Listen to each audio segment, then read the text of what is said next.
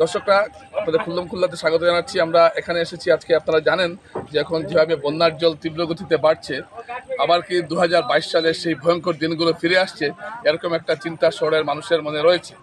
এবং আপনার আশেপাশে দেখতে পাচ্ছেন অনেক লোক এখানে এসেছেন কতটুকু বন্যা হয়েছে সেটা দেখার জন্য।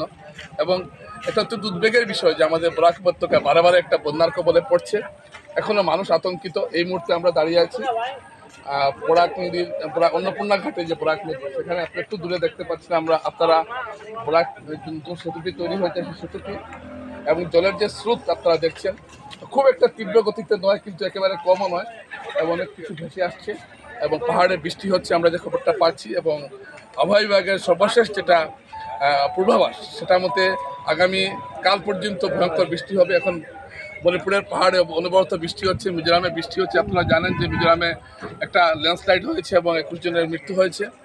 একটা ভয়ঙ্কর অবস্থা, ডিমা হাউসের অবস্থা খুব খারাপ, আমরা রেল যোগাযোগ বঞ্চিত। তো এখন যে জল বাড়ছে আমাদের 2টা পর্যন্ত, যে জলের যে মাপ বরাক নদীতে, এখানে 19.67, অর্থাৎ 19.67 মিটার এখানে বরাক, এখানে অন্নপূর্ণা ঘাটে বরাকের বিপদসীমা এখন জল যাচ্ছে এই জায়গায়। এখানে বিপদসীমা হলো 19.83, অর্থাৎ আর 25 সেন্টিমিটার জল বের হলে উপরে উঠলেই বরাকের জল বিপদসীমা অতিক্রম করতে পারবে। এটা হচ্ছে উদ্বেগের বিষয়। এবং বিপদসীমা অতিক্রম করার পরও যদি বৃষ্টি অব্যাহত থাকে, যদি সেটা 21.83-এ উঠে যায়, তাহলে কিন্তু শিলচর শহরে জল ঢুকবে, এটা আর বলার অপেক্ষা রাখে না। তাই আমরা একটা ভয়ঙ্কর সংকটজনক অবস্থায় দাঁড়িয়ে আছি দর্শকরা, এবং আপনারা দেখছেন। এবং একটা থেকে বেলা 1টা থেকে 2টার মধ্যে 22 সেন্টিমিটার জল বৃদ্ধি পেয়েছে। যদি এই ধারা অব্যাহত থাকে, তাহলে কিন্তু আগামীকাল ঠিক এই সময়টায় জলের স্তর আরও 1 মিটার বেড়ে যাবে, 1 থেকে 1.5 মিটার বেড়ে যাবে, এবং এটা অত্যন্ত উদ্বেগের বিষয় হবে আমাদের কাছে। এবং এখন পর্যন্ত আমরা যে খবর পাচ্ছি, বেতুকান্দির বাঁধের যে জায়গাটা গতবার ভেঙেছিল, সেই জায়গাটা আবার একটা গন্ডগোল হয়েছে। বিভাগীয় ইঞ্জিনিয়ার এখানে কাজকর্ম করছেন, এটা আমরা খবর পেয়েছি। বেরেঙ্গার একটা জায়গায় বাঁধ গতবার যে জায়গায় ভেঙেছিল, ঠিক সেই জায়গায় আবার ভাঙছে। এটা নিয়েও একটা কাজকর্ম চলছে, কিন্তু এগুলো অনেক আগেই নজর দেওয়া উচিত ছিল। যাই হোক, আমাদের দুর্ভাগ্য, যখন আমরা কিছু একটা হয় তখন আমাদের মনে এই জায়গাটায় নজর দেব। আজকে যেতগুলো লোক দাঁড়িয়ে আছেন, প্রত্যেকের মুখে একটা উদ্বেগের ছাপ আমরা দেখতে পাচ্ছি। এবং আপনারা জানেন যে গত বছর বন্যায় 2022 সালের যে বন্যা হয়েছে, মানুষ অনেক কিছু হারিয়েছেন। শুধু চাল আর ডাল দিলে মানুষের দুঃখ দূর হয় না, 3000 টাকা দিলে মানুষের দুঃখ দূর হয় না। মানুষের ফ্রিজ গেছে, একটা মধ্যবিত্ত মানুষ সারা জীবনের সঞ্চয়, একটা টেলিভিশন, একটা ফ্রিজ, একটা সোফা সেট, একটা গোদরেজ কেনে, সে সারা জীবনের সঞ্চয় দিয়ে, সেটা যখন এক মুহূর্তে ডুবে যায়, জলের তলায় চলে যায়, তখন তার কাছে কি থাকে? এবং তাদেরকে সাহায্য না করে 3000 টাকা দেওয়া কয়েকজন লোককে সাহায্য করা, এটা অত্যন্ত মানবিক কাজ হয়েছিল। আমরা চাইব যাতে এবার যাতে এই ধরনের ঘটনা না হয়। এবং 2024-এ যদি এরকম একটা বন্যা হয় শিলচরে, তাহলে কিন্তু শিলচরের অর্থনীতি পুরোপুরি বিধ্বস্ত হয়ে যাবে। কারণ 2022-এর যে বন্যার যে অর্থনৈতিক ক্ষতিটা হয়েছে মানুষের, সেটা তারা এখনও কাটিয়ে উঠতে পারেননি দর্শকরা। এবং অত্যন্ত দুঃখের সঙ্গে বলতে হচ্ছে, এই যে লোকগুলো এই কী অবস্থায় আছেন, কেউ খবরও নেননি। যাদের যা হারিয়েছে গেছে, আমি আগেই বলেছি যে একটা মধ্যবিত্ত মানুষ, সে 20-25 টাকা বেতনের মধ্যে জমিয়ে সে একটা ফ্রিজ তৈরি করেছে, একটা সোফা সেট কিনেছে, অনেক স্বপ্নের জিনিস, তার টিভিটা, এসব সব চলে গেছে জলের তলায়। আবার সে ফাটাক বাজারের ব্যবসায়ীর এখন পর্যন্ত ইন্স্যুরেন্স পাননি, অথচ যারা না পাওয়ার কথা তারা পেয়ে গেছেন। দর্শকরা, এটা অত্যন্ত দুঃখের বিষয়। এবং বরাক নদীর জল এখন যেভাবে বাড়ছে আপনারা দেখছেন, এবং স্রোত বাড়ছে, এবং এটা যদি এই ধারা যদি অব্যাহত থাকে, তাহলে কিন্তু একটা বিপদ, একটা অশনি সংকেত দেখা দিচ্ছে।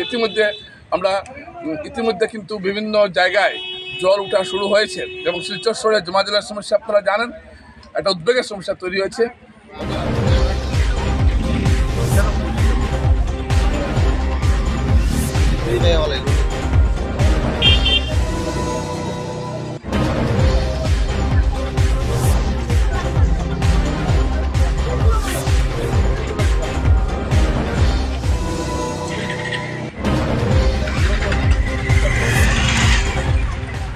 ঘাটে এই জায়গায় আপনারা এই জায়গায় যে নদীর জলের যে স্রোতটা, এটা কিছুটা কম আপনারা দেখতে পাচ্ছেন, কিন্তু অন্নপূর্ণা ঘাটে একটু বেশি। কারণটা হয়তো যে থেকে আরও 1 কিলোমিটার দূর, মানে নদী যত সামনে যাচ্ছে, তখন নদীর স্রোতটা বাড়ছে। আপনারা জানেন যে প্রতি ঘন্টায় 22 সেন্টিমিটার করে জল বাড়ছে।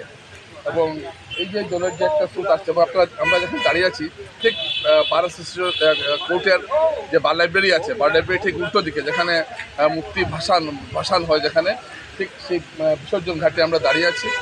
এবং এখানে আপনারা দেখতে পাচ্ছেন মানুষ এসে দেখছেন, দৃশ্য দেখছেন কীভাবে নদীর জল বাড়ছে। মানুষের মুখে একটা উদ্বেগের ছাপ আপনাদেরকে আগেই বলেছি। এবং এই যে জলটা বাড়ছে এবং এভাবে যদি বাড়তে থাকে তাহলে কিন্তু একটা আসন্ন বিপদ অনিবার্য, এটা কিন্তু ঘটনা। এবং পাহাড়ে বৃষ্টি বাড়ছে, আমি একটু আগেও বলেছি। মিজোরামে বৃষ্টির তীব্রতা বাড়ছে, মণিপুর পাহাড়ে পুরো বৃষ্টি দিচ্ছে। বরাক যে নদীটা, সেটা মণিপুরের নাগা পাহাড়ে উৎপন্ন হলেও সেটা কিছুটা অংশ মিজোরাম হয়ে এসেছে।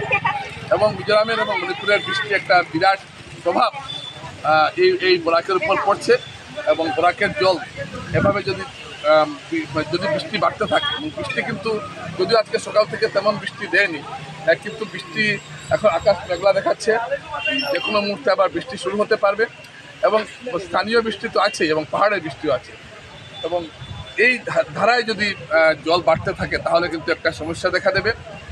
তাই এইসব বিষয় আপনাদের অবগত করালাম। আগামীতে যেগুলো ঘটনা আসবে সেগুলো আপনাদের সামনে তুলে ধরবো। আজকের মতো থেকে বিদায় নিচ্ছি।